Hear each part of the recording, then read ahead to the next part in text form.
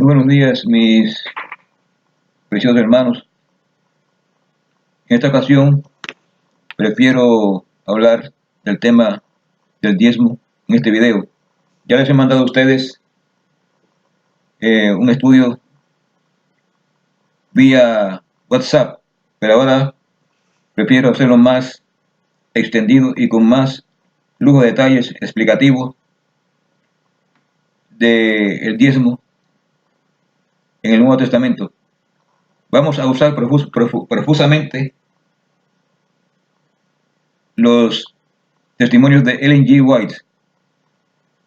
Así que tengan en su mano, aparte de la Biblia, vamos a analizar, esto es un análisis de contexto de 1 Corintios capítulo 9, versos 13 y 14. Y tengamos en la mano los comentarios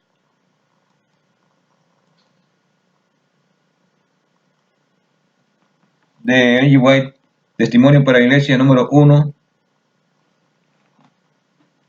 número 2 y número 5. Que lo vamos a analizar en el contexto de y también Patriarca y Profetas. Así que tengan en su mano el libro de Patriarca y Profetas, capítulos 50 y 51. ¿Ok? Así que, hermanos, en esta ocasión, con la ayuda de Dios, prefiero, en mi propósito, disipar todas las dudas, incógnitas y conceptos erróneos que muchos hermanos tienen con relación a las declaraciones de Ellen G. White. Ellen G. White apoya un 10%, o Ellen G. White apoya la Biblia. ¿Habla la Biblia de un 10%? Primero vamos a comprobar si la Biblia realmente habla de un 10% y cuál era la respuesta de Ellen G. White en ese contexto. Así que, hermanos, abramos para iniciar este estudio 1 Corintios capítulo 9, versos 13 y 14. Dice aquí: ¿no sabéis que los que trabajan en el santuario comen del santuario, y los que sirven al altar del altar participan? Así también ordenó el Señor a los que anuncian el Evangelio que vivan del Evangelio. Así que vamos a analizar el verso 13. ¿No sabéis que los que trabajan en el santuario? Así que hay una categoría: los que trabajan en el santuario y los que sirven al altar. Así que vemos que hay dos categorías diferentes, no podemos confundirlas. ¿Quiénes son los que trabajan en el santuario? Los que desmontan la estructura de ese edificio del santuario, o que trabajan en él. Los levitas. Los levitas fueron designados para trabajar en el santuario, el desmonte de las piezas cuando se vaya a trasladar, cuando se trasladaba en el desierto, pero ahora, una vez que se hizo el templo, pues estaban allí, trabajando dentro del santuario. Ahora dice: y los que trabajan al altar, y los que sirven al altar, del altar participan. Así que vemos aquí que hay un detalle: solamente los sacerdotes de Aarón eran los que estaban, por orden divina, autorizados para servir al altar del sacrificio, donde se hacían los sacrificios de la mañana y la tarde, y las expiaciones eran únicamente los sacerdotes de Aarón, los que estaban oficialmente reconocidos por Dios para hacer esa función. Así que vemos aquí en el verso 13 dos categorías: los que trabajan al altar, que recibían las ofrendas, vamos a verla ahora, el número 18, y los que sirven al santuario, o que trabajan en el santuario, los levitas, que eran los que hacían funciones de desmontar el edificio en el santuario en el desierto, pero después, cuando se constituyó el templo, los que trabajaban dentro del templo. Eso está en el Números capítulo 18. Vamos a Números capítulo 18. Pueden buscarlo allí. Números capítulo 18. Esta es la base, hermano, del texto. número 18, capítulo 8, vamos a buscarlo ahí en el número 18, capítulo 8 al 20. Allí vemos que los sacerdotes arónidas recibían como recompensa, como mantenimiento, porque era mantenimiento para ellos, ellos tenían que comer y vivir de algo, y vivían ¿de qué? De las ofrendas. Pueden leerlo del capítulo 8, número 18, 8 al 20. Dice, las ofrendas consagradas de los hijos de Israel te las he dado por razón de la unción a ti y a tus hijos por estatuto perpetuo. Así que recibían los sacerdotes de Aarón, los que trabajaban en el santuario, en el altar, recibían esa ofrenda y la usaban para su consumo. Después de hacer la expiación y de purificar las partes internas, comían la carne para él y para su familia. Ahora vamos a ver el otro contexto de los levitas. El mismo capítulo 18 de Números, del 21 en adelante, dice, he dado a los hijos de Leví todos los diezmos de Israel por heredad, por su ministerio, por cuanto ellos sirven en el ministerio del tabernáculo, ya de testimonio. Así que eso es el contexto de que habla el apóstol Pablo, de los que sirven.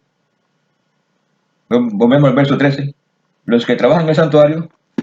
Así que los que trabajan en el santuario, aquí lo dice, por cuanto ellos sirven ante Jehová, pues estatuto perpetuo le he dado a ellos los diezmos por su ministerio, por cuanto ellos sirven en el ministerio del tabernáculo del testimonio.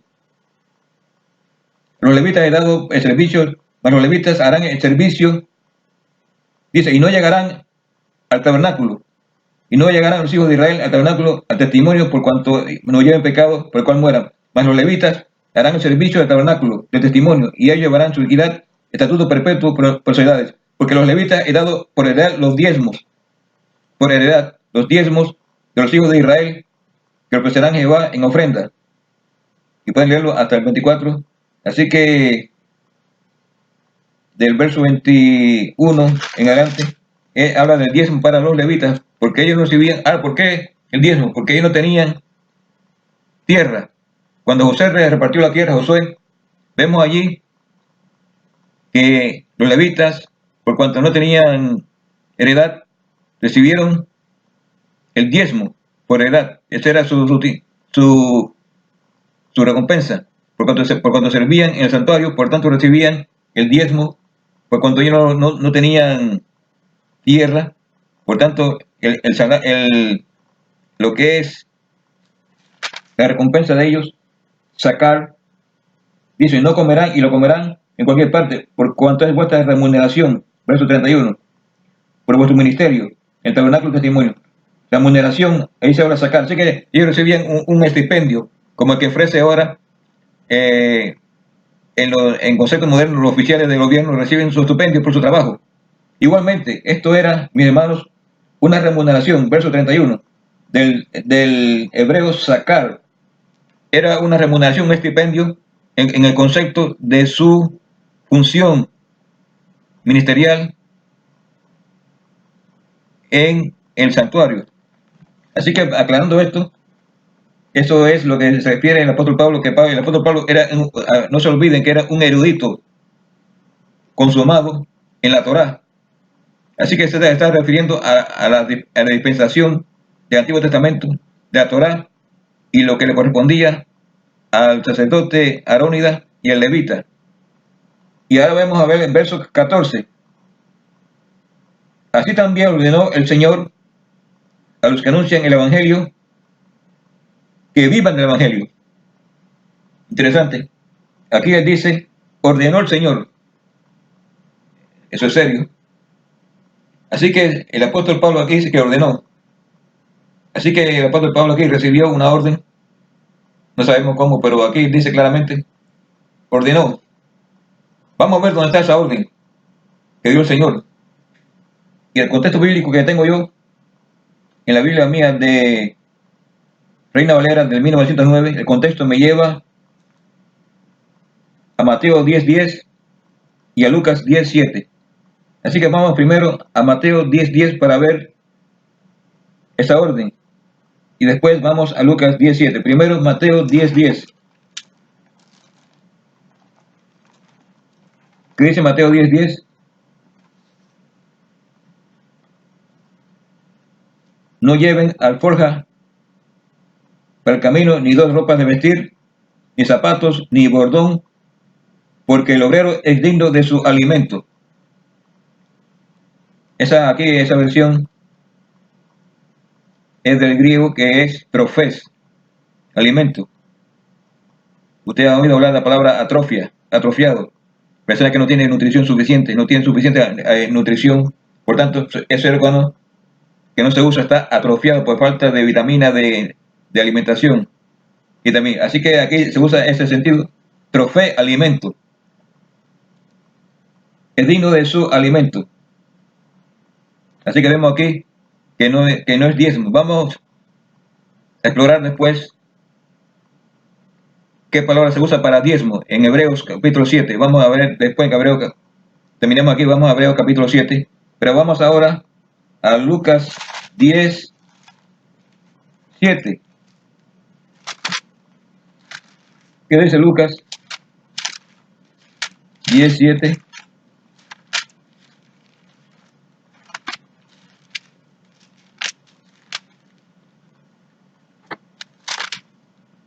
Dice allí: posad en aquella casa, comiendo y bebiendo lo que os dieren, porque el obrero es digno de su salario. No os paséis de casa en casa. Aquí Lucas usa otra palabra, salario, del griego mistón. Interesante, ¿eh? Mistón, que es una recompensa. Qué curioso, esa palabra mistón aparece varias veces en la Biblia. El apóstol Pablo la usa también. Más adelante dice: por lo cual anuncio el evangelio, no tengo de qué gloriarme, porque me es impuesta por necesidad, y hay de mí si no anuncio el evangelio. Verso 17: por lo cual, si lo hago de mi voluntad, premio, mistón, tendré. Así que usa la misma palabra que usa Lucas 10:7. Por lo cual, mistón, recompensa tendré. Mas si por fuerza, la dispensación me ha sido confiada. Aquí la palabra es economía, economen, en griego, que equivale a economía. Así que la economía, es decir, me ha sido encargada esa dispensación, esa economía, que tiene que ver con lo que se llama la dispensación del dinero, en concepto de su trabajo. Qué curioso que allá en el libro de Apocalipsis, capítulo 22, usa la misma palabra, mistón. Dice aquí: yo vengo presto y mi mistón conmigo. Para mistón, una forma también verbal de la misma palabra, para mistonear, para recompensar a cada uno según fuere su obra. Así que claramente ahí se usa la palabra mistón como recompensa a las obras de la persona. Observe que aquí el concepto de diezmo está ausente. Pablo no habla diezmo, no usa la palabra diezmo, por tanto no es diezmo. Ok, así que aclarado eso, aclarado ese concepto, vamos a ver lo que dice ahora Ellen G. White. Ahora vamos a incursionar a los testimonios de Ellen G. White, y tengo aquí el Ministerio de Curación, sección wages, en inglés salarios. Pueden buscarlo allá en el capítulo que se titula Ayuda en la vida diaria. En inglés, wages, lo voy a traducir. Dice: cuando Cristo llamó a sus discípulos que le siguieran, Él no le ofreció ningunos prospectos halagüeños, prósperos en esta vida. Él no le hizo ninguna promesa de ganancia o honores mundanales, ni le hizo a ellos ninguna estipulación en cuanto a lo que ellos debían recibir. Mateo, que estaba sentado en los públicos tributos, dijo Dios, sígueme. Y él le siguió, se levantó y lo siguió. Lucas 5, 27, 28.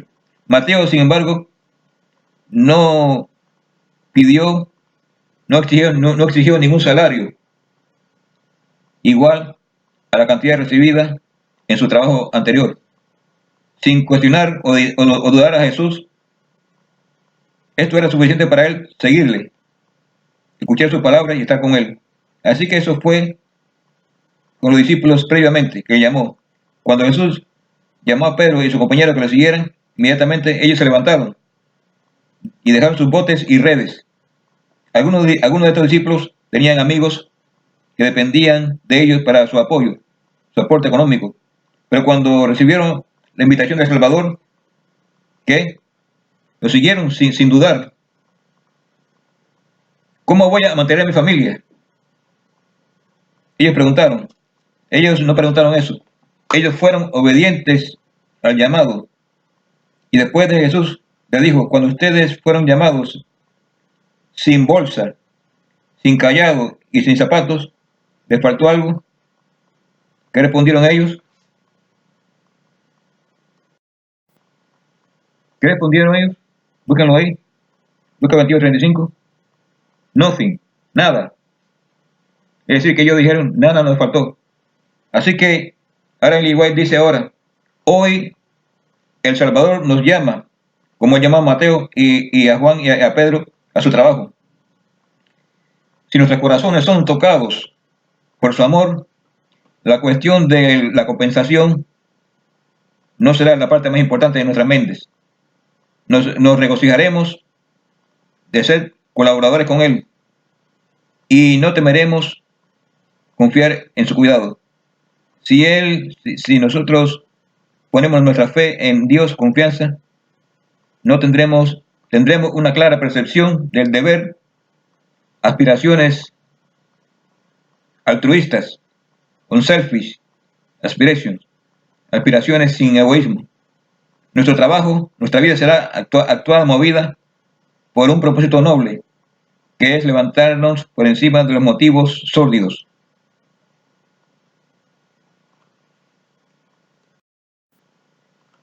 Ahora, continuando explorando, veamos Patriarcas y Profetas, en lo tienen. Capítulo 50. Ahí él habla del primer diezmo. Vamos a ver que hay diferentes diezmos y cuál de ellos debemos hoy usar. Ella en el capítulo 50 habla del primer diezmo. Capítulo 50, dice ella, en la economía hebrea, 1/10 parte de las rentas del pueblo se reservaban para sufragar los gastos del culto público de Dios. Las primicias debían presentarse ante el Señor en el santuario y luego se dedicaban al uso de los sacerdotes. El diezmo debía consagrarse única y exclusivamente al uso de los levitas, la tribu que había sido apartada para el servicio del santuario, pero en ningún modo era este el límite de sus contribuciones para fines religiosos. El tabernáculo, como después del templo, se erigió totalmente con ofrendas voluntarias. Así que las contribuciones, página 556, las contribuciones que exigían a los hebreos para fines religiosos y de caridad sumaban plenamente la cuarta parte, el 1.14, raya punto 4 de los ingresos. Parecía que tan pesados impuestos sobre los recursos del pueblo hubiera de empobrecerlo, pero muy al contrario, la fiel observancia de estos reglamentos era una de las condiciones que se le imponía para tener prosperidad. Así que ese es el primer diezmo, el diezmo dedicado a los levitas, por el estatuto perpetuo.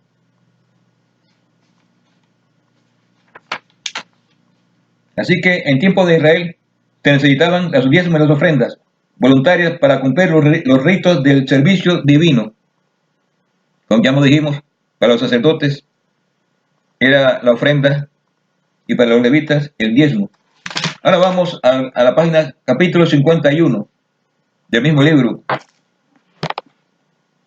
Patriarcas y Profetas, capítulo 51, allí Ellen G. White menciona 3 tipos de diezmos. Y vamos a ver cuál de ellos es el diezmo que Dios pide hoy. Si Dios pide uno de esos diezmos o no pide ninguno. Dice ella, el segundo diezmo o diezmo del festival. Con respecto al primer diezmo, el Señor había dicho, he aquí yo he dado a los hijos de Israel todos los diezmos, números 18-21.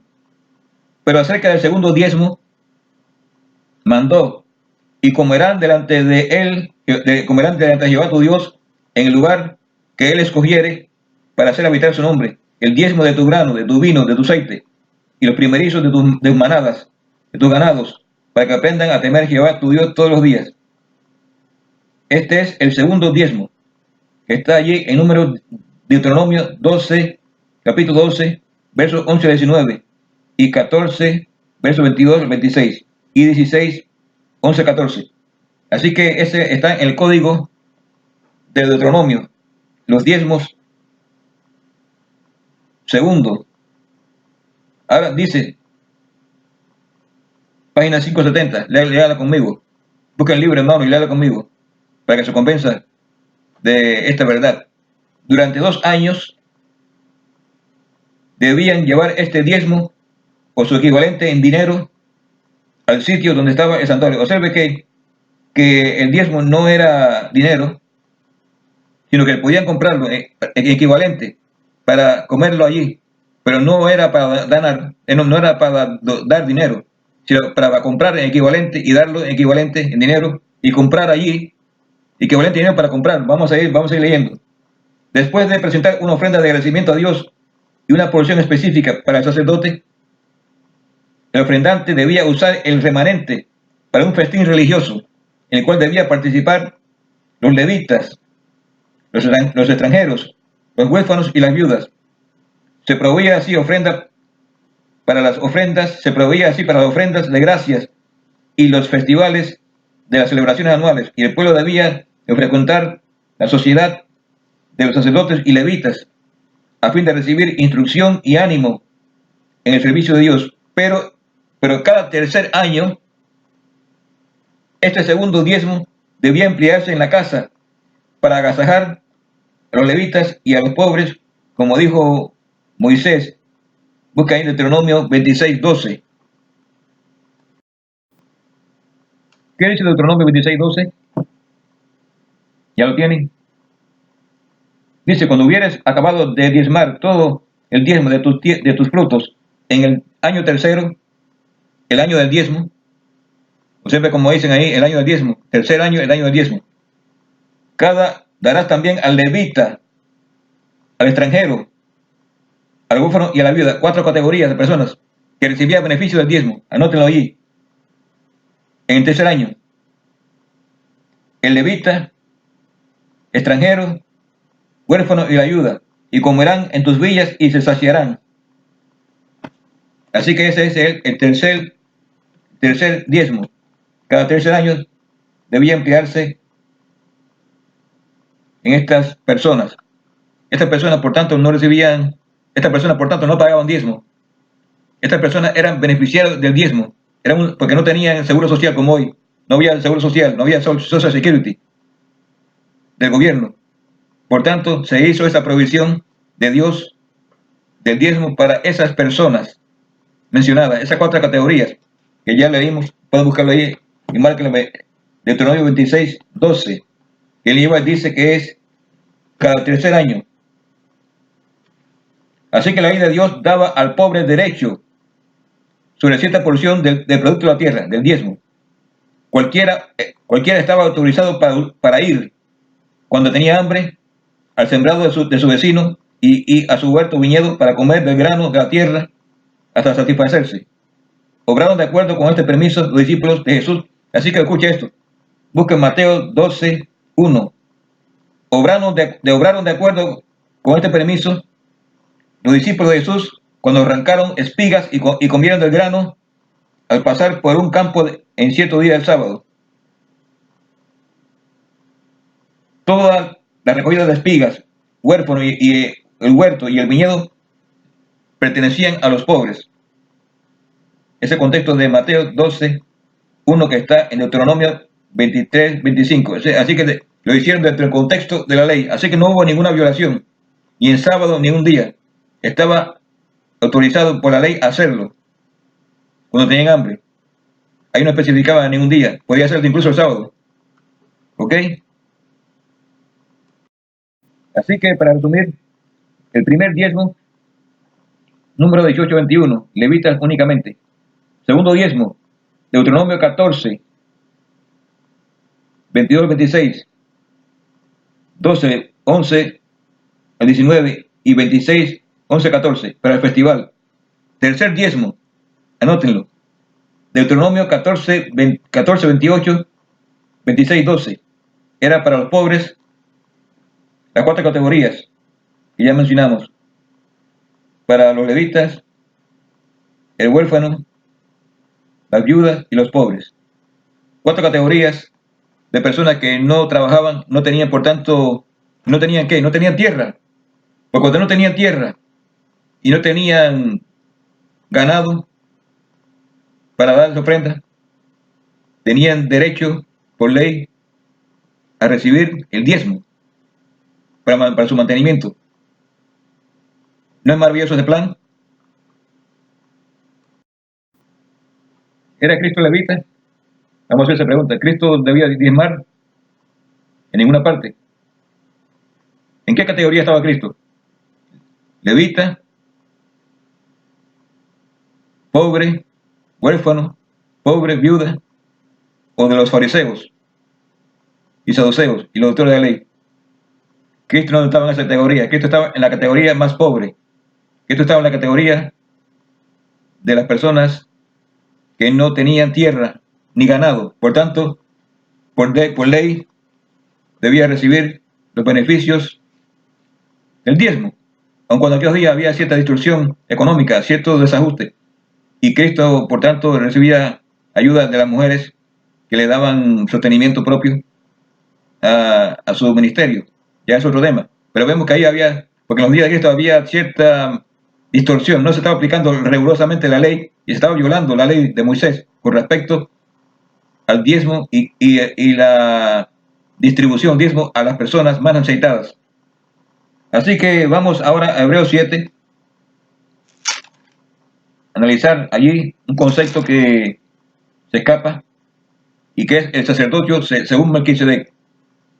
Así que vemos que el sacerdocio arónida recibía ¿qué? Los beneficios de las ofrendas por su servicio. Y los levitas, el diezmo por su servicio en el ministerio del santuario. Vamos a lo que dice Hebreos capítulo 7. Dice, y ciertamente los hijos de Leví que toman el sacerdocio tienen mandamiento de tomar los diezmos según la ley. Aquí se usa la palabra decata, plural. Aquí aparece esa palabra. Cuando se usa diezmo, se usa decate, de la palabra década, de 10, decatlón, un ejercicio de 10 actividades deportivas.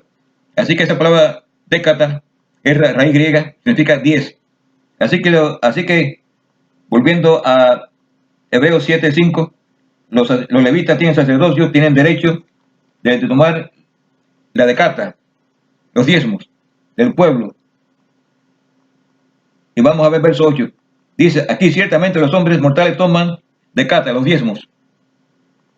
Mas allí, ¿de qué está refiriendo? Mas allí, ¿de quién? Aquel del cual está dando testimonio que vive, Cristo. Así que los hombres mortales toman el diezmo aquí. Más allá ¿qué? Vamos a analizarlo. Aquel del cual está dado que testimonio que vive. Así que eso tiene relación con el diezmo. Porque los hombres toman el diezmo aquí. Más allá Esa palabra tal vez usted no la tenga porque en la traducción no es muy exacta tal vez. Pero aquí se indica que Cristo tiene relación con los diezmos. Allá el cual está dado testimonio que vive, allá en el santuario celestial. Ese es el contexto. Allá hay un santuario celestial. Que Cristo es sacerdote según el orden de Melquisedec. Como lo vamos a ver. Dice claramente el verso 9, y por decirlo así, Abraham fue diezmado. Usa la palabra apocadecatet, una forma verbal de diezmo, que recibe también los diezmos de cata. Si pues la perfección era por el sacerdocio levítico, porque debajo de él recibe por la ley, ¿qué necesidad había de se levantase otro sacerdote según el orden de Melquisedec? Verso 11. ¿Por qué?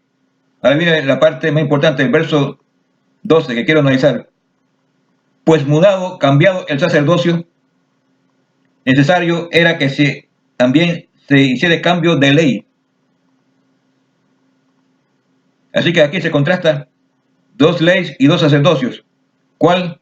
El sacerdocio de Aarón, que se contrapone al sacerdocio de Melquisedec. El sacerdocio de Aarón, ¿qué necesitaba? Ofrendas y diezmos para los levitas, para su mantenimiento. Pero al mudarse el sacerdocio, verso 12, era necesario que se hiciese un cambio de ley. Así que la ley del sacerdocio arónido quedó ¿qué? Abolida. ¿Cuándo la abolió? ¿Y quién la abolió? Vamos a Colosenses capítulo 2. Ahí vamos a ver cómo se abolió y quién la abolió. Dice claramente, cortando o cancelando la escritura de los ritos que nos era contrario, escribe Pablo, que era contrario a nosotros, la quitándola en medio y clavándola en la cruz. ¿Quién hizo eso? ¿Quién la clavó en la cruz? ¿Quién murió en la cruz? Cristo. ¿Qué hizo Cristo en la cruz? ¿Qué dice aquí? Cortó, rayó, cortó, canceló la ley de los escritos, de los ritos, que nos era contraria. Ahora vamos a Efesios.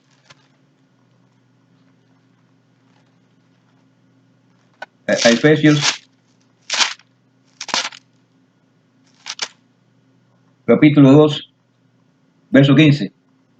Dice, aboliendo en su carne, dice, porque Cristo es nuestra paz, que de ambos hizo uno, derribó. Vamos a ver el verso 13 para que tenga mejor entendimiento. Mas ahora en Cristo, ustedes que en otro tiempo estabais lejos, habéis sido hechos cercanos por la sangre de Cristo.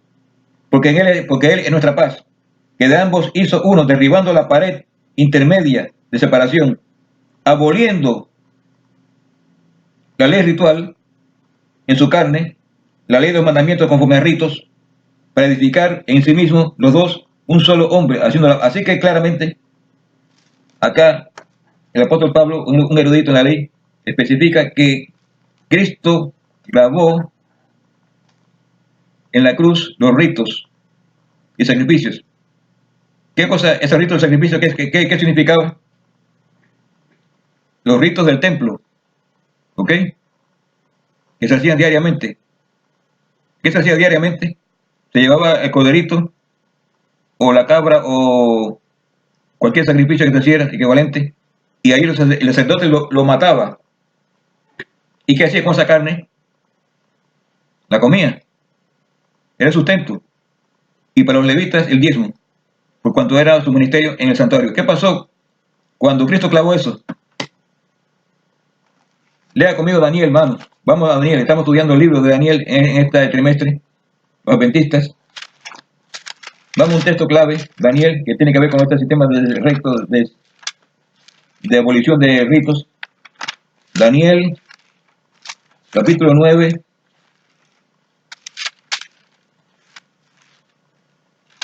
verso 27.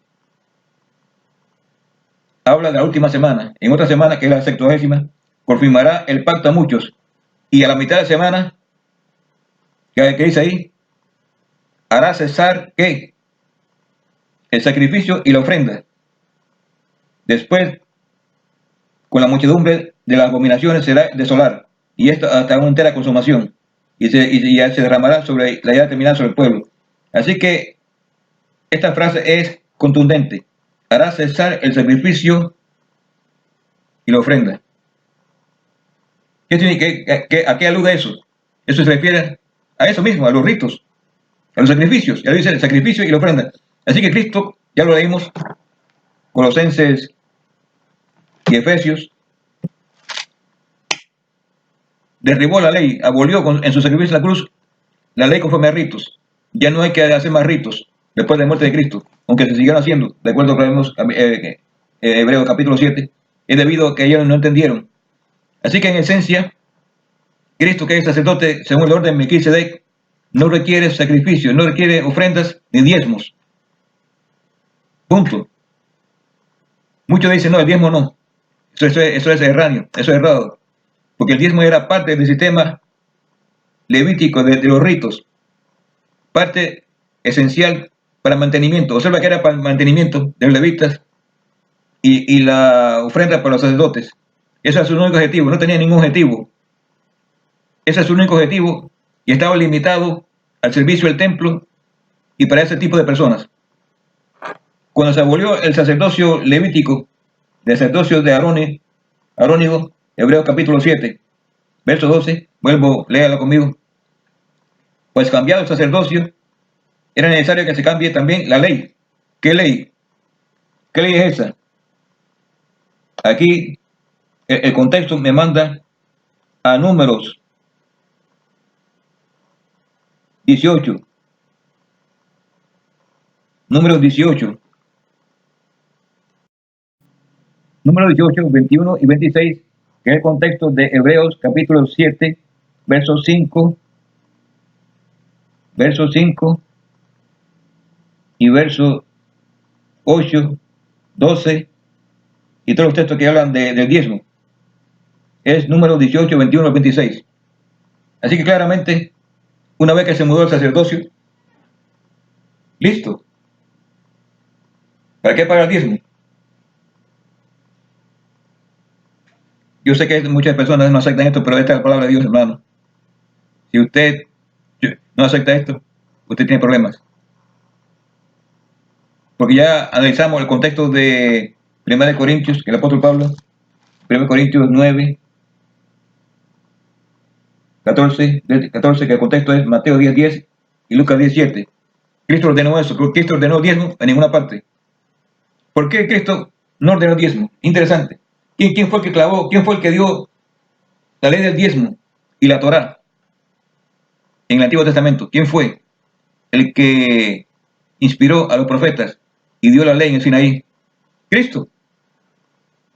¿Quién fue el que la abolió? ¿Quién fue el que abolió en la cruz? Cristo. Así que toma ese contexto. Cristo no podía, por tanto, dar un diezmo, porque ya lo había dado. Y Cristo lo clavó en la cruz, todos los sacrificios. Nadie dice, por tanto, nadie juzga en comida o bebida, o en fiestas, que es símbolo.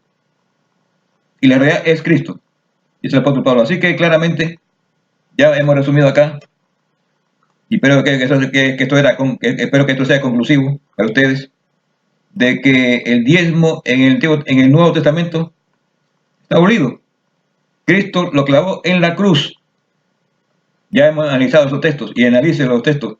Vuélvele a dar vuelta a este video y revíselo, porque esos textos son contextos de primera de Corintios 9, 13, 14, que Cristo ordenó. ¿Qué ordenó? Una cantidad de dinero proporcional al servicio de el apóstol. No era diezmo, era un salario que la forma es verbal, es times. Vamos ahora a Gálatas 6:6, que dice Gálatas 6:6, el que enseña la palabra comunique en todos los bienes al que le instruye. Comunique, observe que no habla de ismo, que comunique, que dé en los bienes. Ahora vamos a 1 Timoteo 5:17. Dice: los ancianos que gobiernan bien sean tenidos por dignos de doblada honra, mayormente los que trabajan en predicar y enseñar. La palabra que honra viene del hebreo, del griego,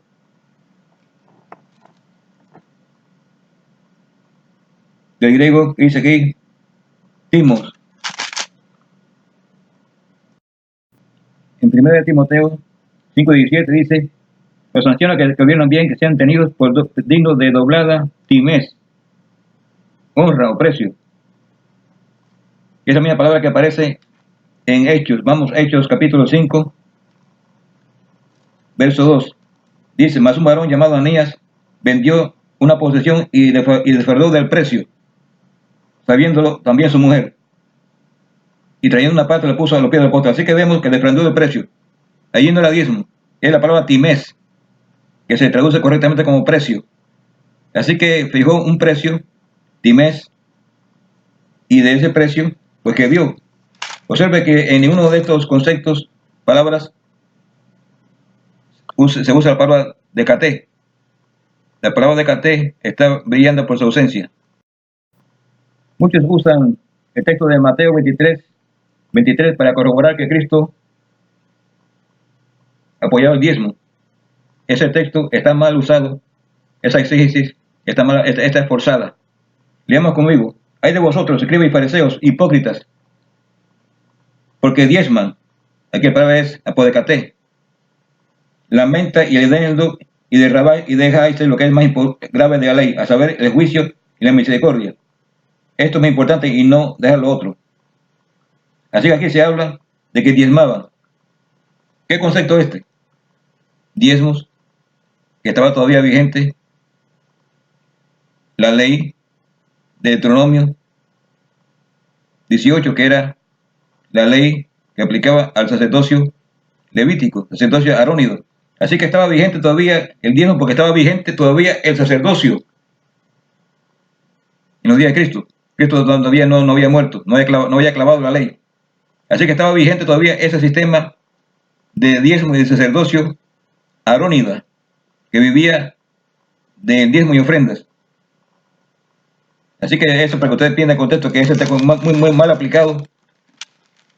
Y después de que Cristo, vamos otra vez a Hebreos, ya Cristo había muerto, ya Cristo había clavado en la cruz aquel sistema ritual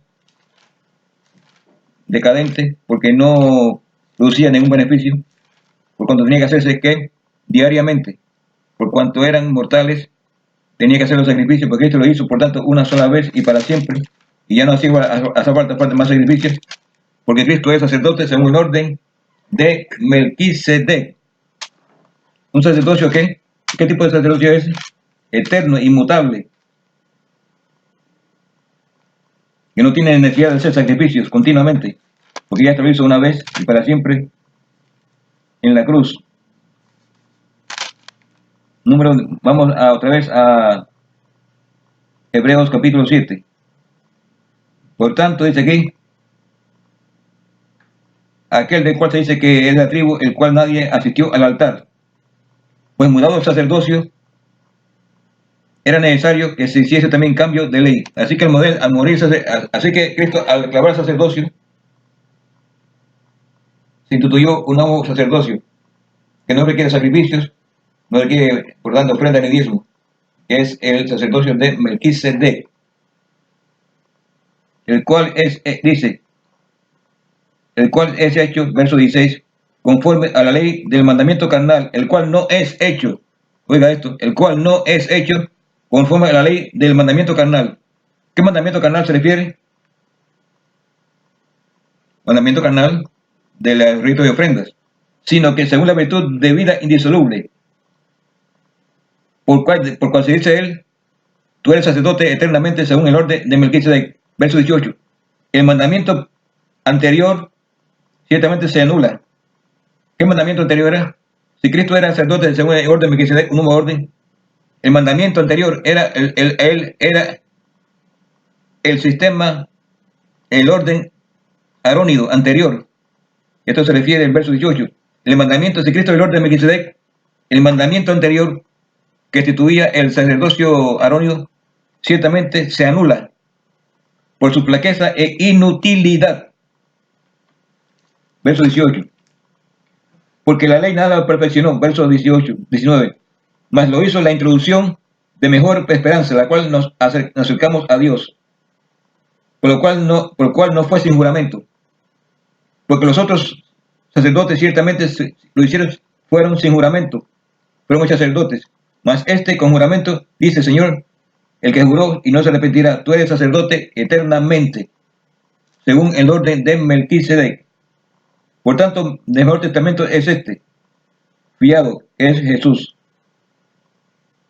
Leemos aquí, dice que no tiene necesidad cada día de ofrecer sacrificios por los pecados y luego por el pueblo, porque esto lo hizo una vez para siempre. Verso 27, ahora verso 28. Porque la ley constituye sacerdote a hombres flacos. ¿Qué ley es esa? La ley arónida. Porque la ley constituye sacerdotes a hombres flacos, débiles. Mas la palabra del juramento, después de la ley, después de haberse aprobado la ley, el juramento del sacerdote dice, después de la ley, constituye el Hijo, hecho perfecto para siempre según el orden de Melquisedec. Así que vemos claramente, hemos demostrado que el sacerdocio de Melquisedec anuló para siempre, cortó el sistema ritual y estableció un sacerdocio nuevo que no tiene cada día que ofrecer sacrificios, ni de dar diezmo tampoco, por cuanto Cristo murió en la cruz por nuestros pecados, y por tanto ya no hay que diezmar. Muchas personas asocian. Así que hemos demostrado que el diezmo en el Nuevo Testamento no existe. Ahora vamos a ver el concepto de Ellen G. White, que es la parte que me queda ahora, que me resta. Ya hemos analizado que el sacerdocio de Melquisedec anula, sobrepasa, destruye completamente el sistema del orden arónido conforme a ritos, y que esto establece un sacerdocio eterno según el orden de Melquisedec, que no requiere sacrificios ni requiere tampoco diezmo. El diezmo está asociado directamente al sistema ritual, no es independiente, como muchos tratan de hacerlo independiente. Era parte, porque era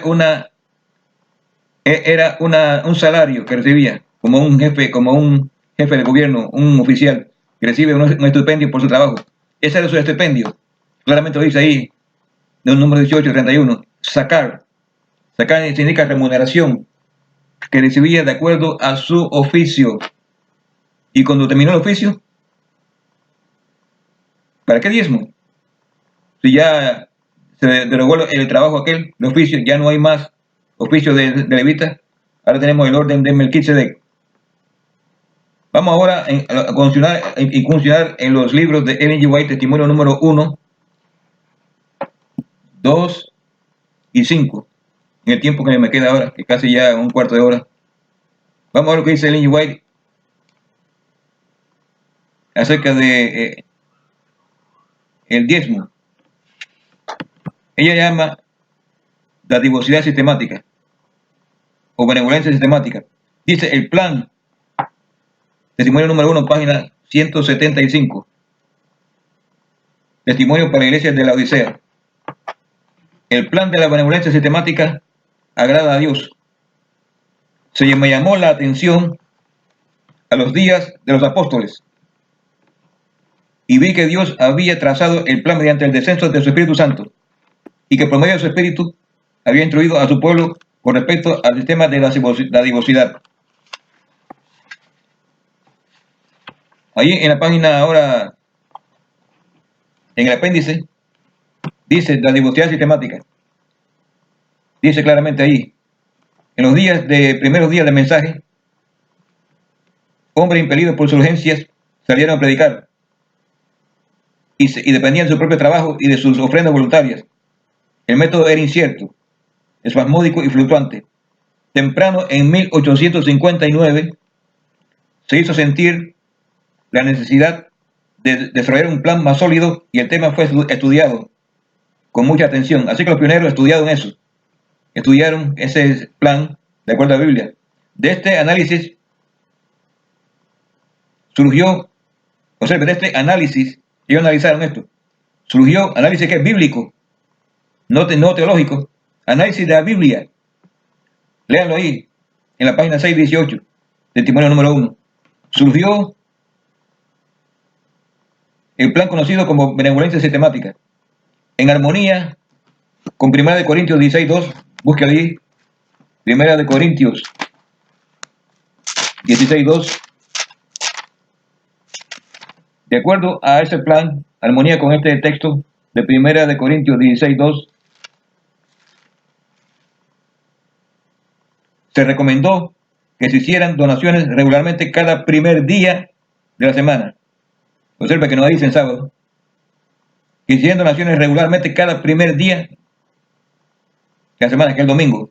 Y según sugiere 2 Corintios 8:12-14, se promovió la distribución equitativa de la responsabilidad financiera.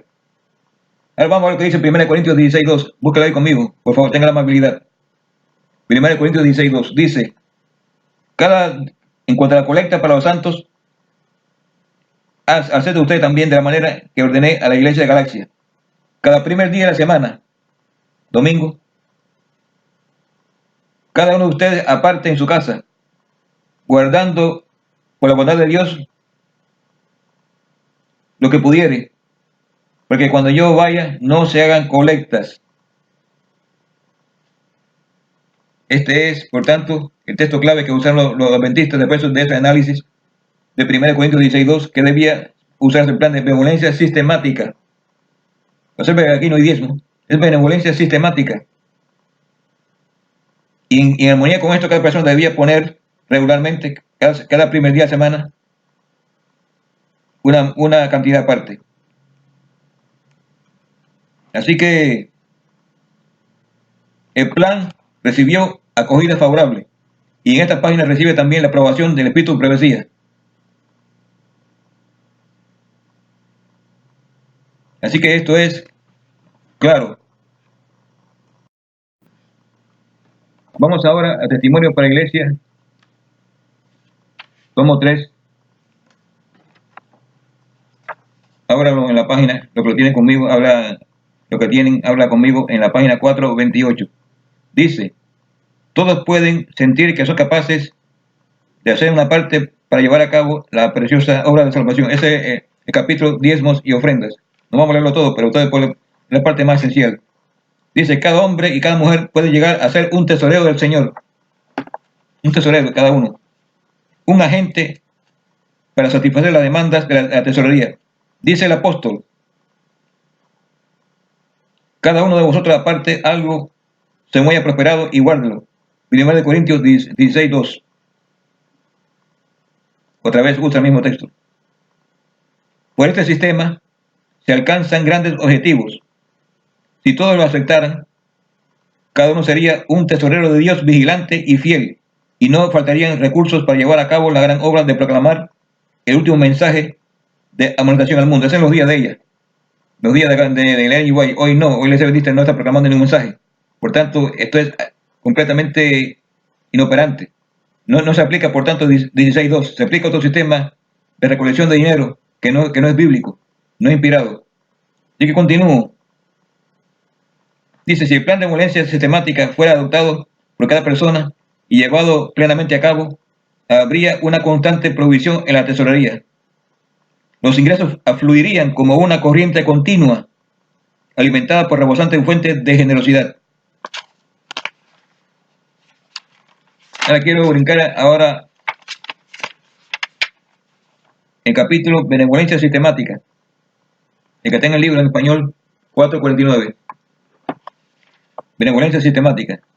Dice, si todos aquellos a quienes Dios ha prosperado con riquezas de la tierra cumplieran fielmente el plan divino, dando una décima parte de sus ingresos, vamos a ver la parte después, en el testimonio número 5, ese concepto de décima. Dando una décima parte, y si no retuvieran sus ofrendas por el pecado y las ofrendas de agradecimiento, la tesorería continuamente volvería a llenarse. Ha habido un descuido en las iglesias de mantener el plan de benevolencia sistemática, y el resultado ha sido una tesorería empobrecida y una iglesia apóstata. Palabra de Dios. Ahora página 451. Estamos en un mundo de abundancia. Si los dones y ofrendas fueran en proporción a los medios que cada uno ha recibido, no habría necesidad de urgentes pedidos de recursos en nuestras grandes asambleas. Estoy plenamente convencida de que no es el mejor plan insistir en la cuestión de los recursos materiales en nuestras reuniones campestres. Hoy se habla, hoy podemos decir, en las iglesias. Hombres y mujeres que aman la causa de Dios como sus propias vidas harán promesas harán promesas en esas ocasiones cuando sus familias deben sufrir. ¿Están oyendo? Harán promesas cuando sus familias deben sufrir por los mismos remedios que ellos han propuesto. Dios, nuestro Dios, no es un supervisor exigente. Graba esta frase, yo aquí la marqué. Nuestro Dios no es un supervisor exigente y no le pide a un hombre pobre que dé a la causa recursos que pertenecen a su familia y que debieran usarse para vivir cómodamente por encima de las necesidades apremiantes. Dice, tememos que habrá una reacción. Debiera realizarse un esfuerzo mayor de parte de los hombres responsables para que todos sigan el plan dispuesto por Dios. Si se practica la benevolencia sistemática en los campestres, ahora en las iglesias, no serán necesarios los pedidos urgentes de recursos para diversas empresas. Aquellos que ministran, esta es una apelación ahora, aquellos que ministran en palabra y doctrina debieran ser hombres de criterio. Cuando hacen apelaciones generales, debieran estar informados acerca de la capacidad de los que responden a sus pedidos y no permitir que los pobres hagan grandes promesas. Cada miembro de la página 452, cada miembro de las diferentes familias en las iglesias que creen en la verdad pueden desempeñar una parte en su progreso adoptando alegremente la benevolencia sistemática. Y cita otra vez 1 Corintios 16:2. Cada uno de vosotros ponga aparte algo por sí mismo, para que cuando yo llegue no se hagan colectas. No se planeó que los ministros de Dios, como parte de su trabajo, tuvieran la responsabilidad de instar a las personas a dar de su medio. Esto es un problema que se presenta en la iglesia. Continuamente ellos creen que deben exigir, instar, exigir y casi obligar a la persona amenazándola de que si no dan, Dios no la bendice, la destruye. Eso es falso. El igual se opone a esto. Léanlo otra vez, página 52, página 452, testimonio número 3. No se planeó que los ministros de Dios, como parte de su trabajo, tuvieran la responsabilidad de instar a las personas a dar de su medio. La responsabilidad debiera descansar sobre cada individuo que disfruta de creer la verdad. Cada uno de vosotros ponga aparte algo según el apoyo esperado. Cada miembro de la familia, del mayor hasta el menor, debe participar en esta obra de benevolencia. Ahora, página 453.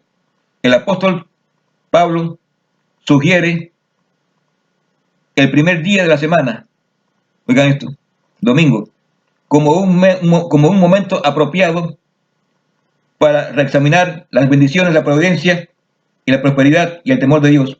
Con verdadera gratitud de corazón, de decidir cuándo le será devuelto, cuánto le será devuelto, de acuerdo con el plan que él mismo ha ideado. Así que claramente aquí los adventistas se oponían a una recolecta de dinero en sábado, como se hace hoy. Honestamente, el sábado no es el día para recoger dinero. No está. Ya se hace un hábito, pero no es. ¿Por qué se hace de día? Porque está allá y todo el mundo está reunido y se ha adoptado eso, una práctica que no es bíblica y no es de acuerdo al plan de Dios. El plan de Dios no es recoger dinero el sábado. Y los adventistas aquí se oponen a eso. El primer día, el apóstol Pablo sugiere que el primer día de la semana, como un momento apropiado para devolver las bendiciones que Dios ha aprobado, que Dios ha provisto y lo que ellos han determinado dar. Dios quiere que el ejercicio de la benevolencia sistemática sea puramente voluntario, no recurriendo siquiera a apelaciones elocuentes para estimularla. Dios ama al dador alegre. Y aquí resulta 2 Corintios 9:7. Así que no se debe correr tampoco a apelaciones elocuentes, como hacen, por cierto, hermano, usted está claramente consciente de que se hacen apelaciones, o sea, se ponen videos para demostrar, hermano, todo eso no es bíblico, ese no es el plan de Dios. Dios no es un supervisor exigente.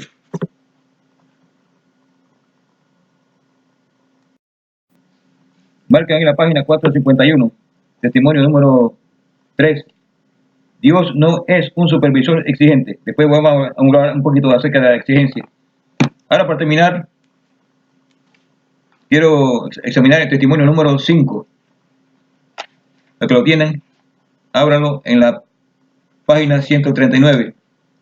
Ella usa el texto de Malaquías 3:8. ¿Robará el hombre a Dios?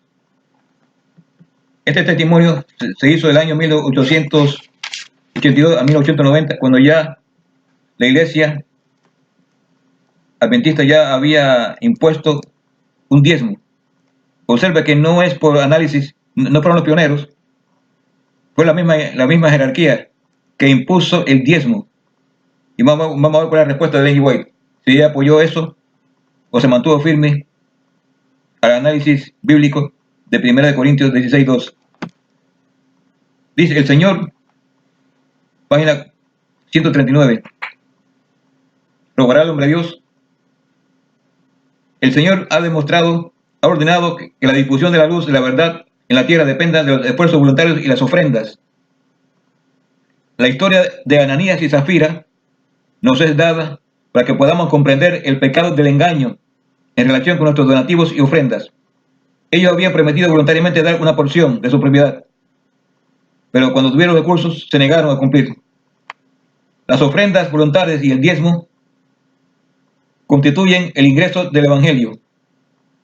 Dios pide cierta porción de los recursos confiados al hombre, un diezmo. Observa que ella no dice el diezmo, sino un diezmo, que es muy diferente, gramaticalmente. Pero deja a todos libres para decir cuánto es el diezmo. Y si ellos quieren dar o no más de esto, han de dar según se proponen en su corazón. De acuerdo a 2 Corintios 9:7. ¿Qué dice 2 Corintios 9:7? Dios ama al dador alegre. Eso está en la página aquí, de la página 250. Dios ama al dador alegre. Y los que le aman darán con liberalidad y alegría. El Señor nunca requiere que su pueblo dé más de lo que puede, pero se complace en aceptar y bendecir sus ofrendas de gratitud dadas conforme a sus posibilidades. Así que Dios no es un Dios, aquí lo dice claramente, un supervisor intolerante, exigente, y no le pide a un hombre que dé recursos que pertenecen a su familia y que debieran usarse cómodamente por encima de las necesidades apremiantes. Es decir, Dios no exige que una persona se quede sin recursos para darlas, según dicen acá, a la obra de Dios. Ese no es el plan de Dios, eso es falso. Dios es un Dios, Dios no es un Dios supervisor exigente. Así que claramente, el igual dice aquí, que dan en página 359, testimonio número 5, palabra de Dios. Dios pide cierta porción de los recursos confiados al hombre, un diezmo, pero deja todo libre para decir cuánto es el diezmo. Así que ella aquí claramente dice que el diezmo no es el 10%. Eso es bíblico. El diezmo no es el 10%. El diezmo era el 10% en la época del antiguo Israel, pero aún ahí tampoco. Porque si usted estudia matemáticas, tengo aquí la matemática Baldor, dice que el 10% fue hecho en el siglo XVII por los marinos genoveses e italianos que aplicaban el porciento, pero en los días incluso de los grandes sabios matemáticos de Babilonia, nunca se usó el porciento, porque el porciento era de 10-100, de 100-10. Sin embargo, si usted lee conmigo Levítico, capítulo 27, verso 32, y quiero abreviar porque quiero dar un testimonio. Dice, y toda décima de vacas y de ovejas, de todo lo que pasa, la décima será consagrada a Jehová. Toda décima de la tierra, la simiente de la tierra como del fruto, será consagrada a Jehová. Así que aquí habla 10, base 10, que en hebreo es azar. El diezmo es maazar. Azar 10 en hebreo. Se usa la palabra azar que significa 10. Así que en base de 10, 1, separaban 1. Así que hermanos, quiero dar un testimonio para terminar. Yo estaba en la iglesia del Faro, allá en New York, parte de Greater New York Conference. Allí los hermanos dominicanos eran muy pobres, de tal modo que no tenían ni siquiera recursos para pagar diezmos ni ofrendas. Yo estaba allí porque fui testigo de eso, yo era pianista. Y digo esto porque yo estuve ahí y fui testigo de lo que ocurrió. Ellos, por tanto, citan una reunión con el tesorero de la Greater New York Conference, un sábado en la tarde. Yo estaba allí. Vi cómo ese tesorero desplegó en la pared una serie de gráficas absurdas y completamente irrelevantes que no tienen relación con el pedido de los hermanos. Yo dije, para mí, esto augura un final dramático, triste. Entonces, los hermanos presentaron su posición, que no podían pagar el diezmo, tenían problemas con el pago porque recibían un salario muy pobre y estaban a punto de ser expedidos, evictos, completamente desahuciados de su vivienda porque no podían pagar el apartamento. Y acá el tesorero, como respuesta, despliega en la pared aquellos gráficos que aquellas personas, aquellos hermanos, no tienen mucha cultura, no entendieron para nada. Y por último, deja caer la bomba. Dios exige el 10%. Y cita Malaquías ahí, de Malaquías. Un texto completamente inoperante porque eso es únicamente del Antiguo Testamento, ya estudiamos. Pero lo usó, lo aplicó como un garrote allí. Un garrote de ahí. Hermanos, hay que pagar el diezmo. Esa fue la respuesta seca. Aquellos hermanos se quedaron espantados de, yo no sé. Ellos siguieron en la iglesia porque eran tan buenos. Hermano, usted no tiene que pedirle a nadie permiso para pagar el diezmo. El diezmo es un deber entre usted y Dios. Se ha hecho un mito de que tiene que pagar el diezmo obligatorio. Eso no es obligatorio para usted. Eso no tiene que ver nada con su fidelidad a Dios. La fidelidad de Dios está con usted y Dios. La iglesia impone eso, pero eso no es bíblico. Ya lo hemos estudiado. El igual se opone.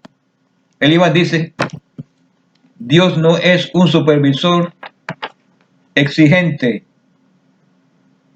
Dios no es un supervisor exigente.